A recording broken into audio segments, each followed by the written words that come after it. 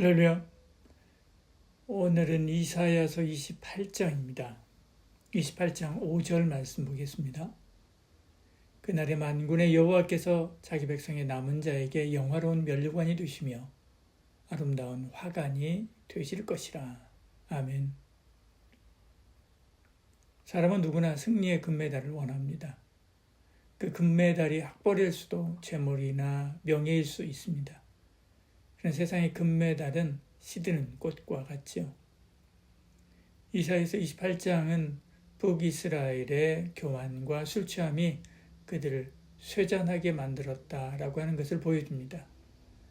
하나님은 한가운데서 이렇게 말씀하죠. 5절에 만군의 여호와께서 자기 백성의 남은 자에게 영화로운 면류관이 되시며 아름다운 화관이 되실 것이라. 세상의 면류관은 사라지지만 하나님이 주신 면류관은 영원하지요.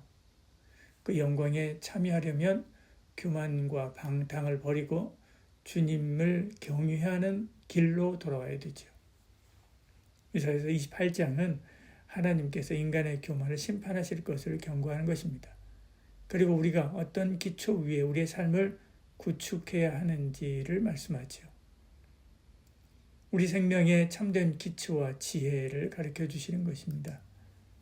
이 28장은 에브라임의 교만에 대해서 1절에서 8절까지 말씀하고 하나님의 지혜에 대해서 9절에서 13절에 말씀합니다.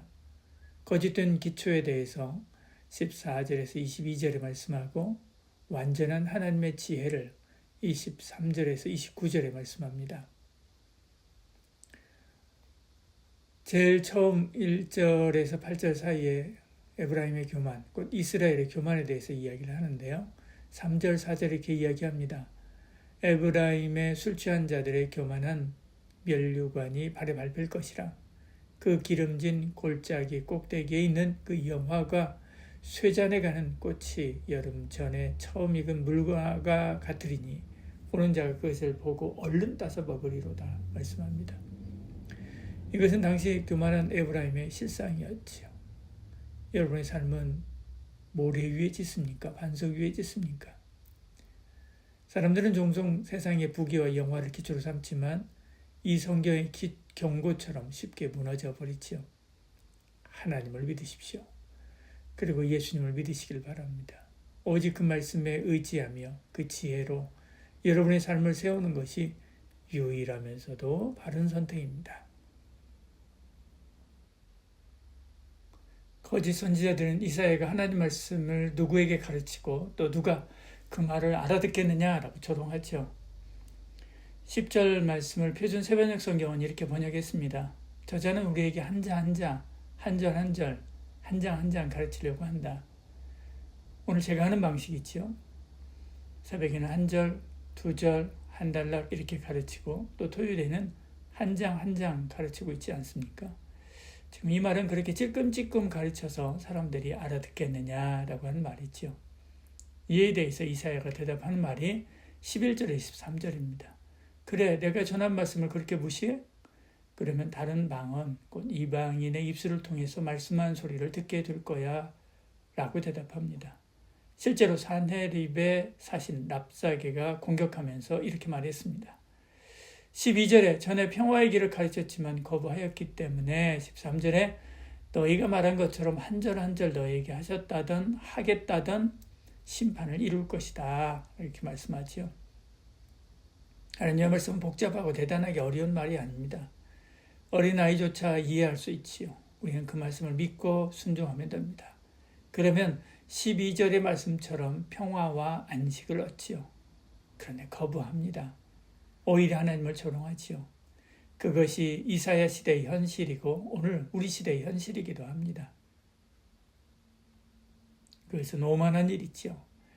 그들은 죽음이 침범하지 않기로 약속했고 지옥과 동맹을 맺어서 그 어떤 재앙도 미치지 않을 것이다 라고 이야기하죠. 15절에요. 너희가 말하기를 우리는 사망과 언약하였고 수울과 맹세하기를 맹약하였은즉 넘치는 재앙이 밀려올지라도 우리에게는 미치지 못하리니. 그러나 다 거짓말이죠. 하나님께서 일어나 그 모든 거짓을 심판하실 것입니다. 21절에 이야기하죠. 그러면 하나님 앞에서 오만하면 안 되지요. 오늘날도 그렇습니다. 우리는 영생할 것이다 라고 이야기하죠. 우리의 생각을 AI에 업로드하면 영생하고 노화를 거꾸로 흐르게 해서 60대가 30대처럼 살 수 있다라고 말하죠. 죽음이 인류를 떠났다라고 말합니다. 인간이 신이 되는 것처럼 말하죠. 그러나 헛소리에 속으면 안 됩니다. 오직 하나님의 말씀만이 영영이 선다라고 말씀합니다.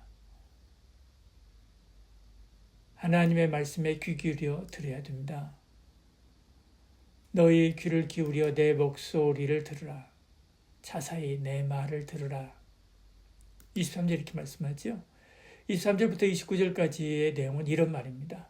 마치 농부가 밭에 작물을 심을 때 저 고라니가 싫어하는 들깨를 빙 둘러 심고 그 아래 또 싫어하는 참깨를 빙 둘러 울타리처럼 심은 후에 가운데 콩도 심고 고구마도 심고 또 고라니가 제일 좋아하는 서리태도 심듯이 하나님도 인류를 철저한 계획을 가지고 경작하고 다스린다라고 하는 말씀이죠. 모든 역사의 흐름을 이끄시는 분이 하나님입니다. 그리고 그 놀라운 계획을 멋지게 이루십니다. 그 하나님 안에 있을 때 가장 안전합니다. 여러분, 내 자랑을 다 버리기 바랍니다. 학벌, 재물, 명예, 재능, 세상 면류관은 한계가 있습니다. 여호와는 나의 면류관이라는 고백이 우리의 유일한 자랑이 되어야 되지요. 그러기 위해서는 소소한 순종부터 실천하시길 바랍니다. 하나님은 여기서도 조금 저기서도 조금 말씀합니다. 한 절 한 절 한 장 한 장 말씀합니다. 순종하십시오. 오늘 작은 순종이 복된 내일이 됩니다. 그리고 거룩한 삶을 결단하시기 바랍니다. 방탕함을 철저히 멀리하고 절제와 경건으로 주님의 영광에 동참하시기 바랍니다. 오늘 우리 이렇게 기도하길 바랍니다. 주님, 제 삶에 헛된 면류관을 버리고 오직 하나님을 영화롭게 하기를 원합니다. 말씀에 조금씩 순종하여 주님이 제 영광이 되게 하여 주시옵소서. 또 청소년, 청년 세대가 세상 유혹에 빠지지 않고 하나님을 즐거워하고 또 영광의 길을 걷도록 교회 리더들이 세속적 성공이나 자기 과시에 취하지 않고 주님의 아름다운 면류관으로 겸손히 사역하도록 이 나라의 지도자들이 자기 머리 생각이 아니라 하나님을 바라보게 하소서. 그렇게 기도하길 바랍니다. 기도하겠습니다. 하나님 아버지, 세상의 면류관이 아닌 주님이 주시는 영광의 면류관을 사모합니다. 교만과 방탕함을 버리고 주님의 말씀에 하루하루 순종하는 저희들 되게 하여 주시옵소서. 우리의 자랑과 기쁨, 승리와 존귀가 오직 주께 있음을 고백합니다. 주님을 경외함으로 그날에 주님의 영광에 참여하는 저희들 되게 하여 주시옵소서. 예수님의 이름으로 기도합니다. 아멘. 요한 새벽 주님을 찾아 난 깊은 곳 주께 드려요. 세상이 줄 수 없는 평안 그 사랑 날 다시 세우네. 주의 품에 안기네. 끝없는 그 사랑 날 덮으시네. 은혜 아니면 살 수 없네. 나의 삶을 주께 드리리. 광야 같은 날들 속에도 주님은 나의 길이 되시네. 눈물 속에 피어난 믿음 주 손길로 난 일어서네. 주의 품에 안기네. 끝없는 그 사랑 날 덮으시네. 은혜 아니면 살 수 없네. 나의 삶을 주께 드리. 광야 같은 날들 속에도 주님은 나의 길이 되시네. 눈물 속에 피어난 믿음 주 손길로 나 일어서네 주의 품에 안기네 끝없는 그 사랑 날 덮으시네 은혜 아니면 살 수 없네 나의 삶을 주께 드리리 날 위한 십자가의 사랑 그 보혈로 내가 살았네 세상 끝날까지 주 따르리 영원토록 찬양하리라 주의 품에 안기네 끝없는 그 사랑 날 덮으시네 은혜 아니면 살 수 없네 나의 삶을 주께 드리리 나의 모든 날 주께 드리리 영원히 주 날 찬양하리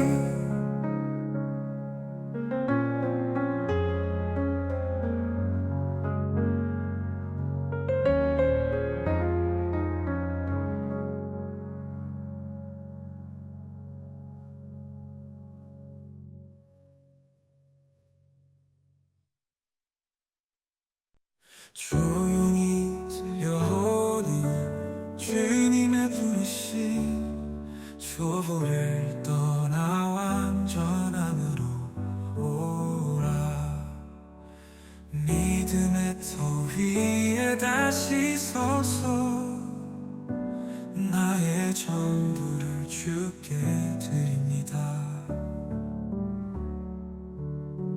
구원의 은혜 기억하며 회개와 믿음의 걸음 걷네 세례의 물과 안수의 손길 내 삶에 임하신 주의 손길 완전한 대로 나아가리 주의 뜻 안에 머무르리 하나님 허락하신 길 위에 죽기까지 충성하리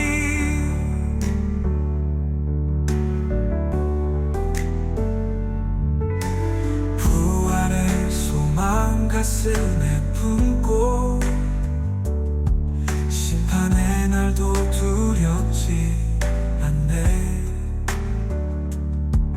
그날을 향해 오늘을 살아 주의 영광 위에 달려가네 완전한 대로 나아가리 주의 뜻 안에 머무르리 하나님 허락하신 길 위에 죽기까지 충성하리 때로는 억울한 마음 들어도 주가 맡기신 사명 감사해 은혜로 주신 이 헌신의 길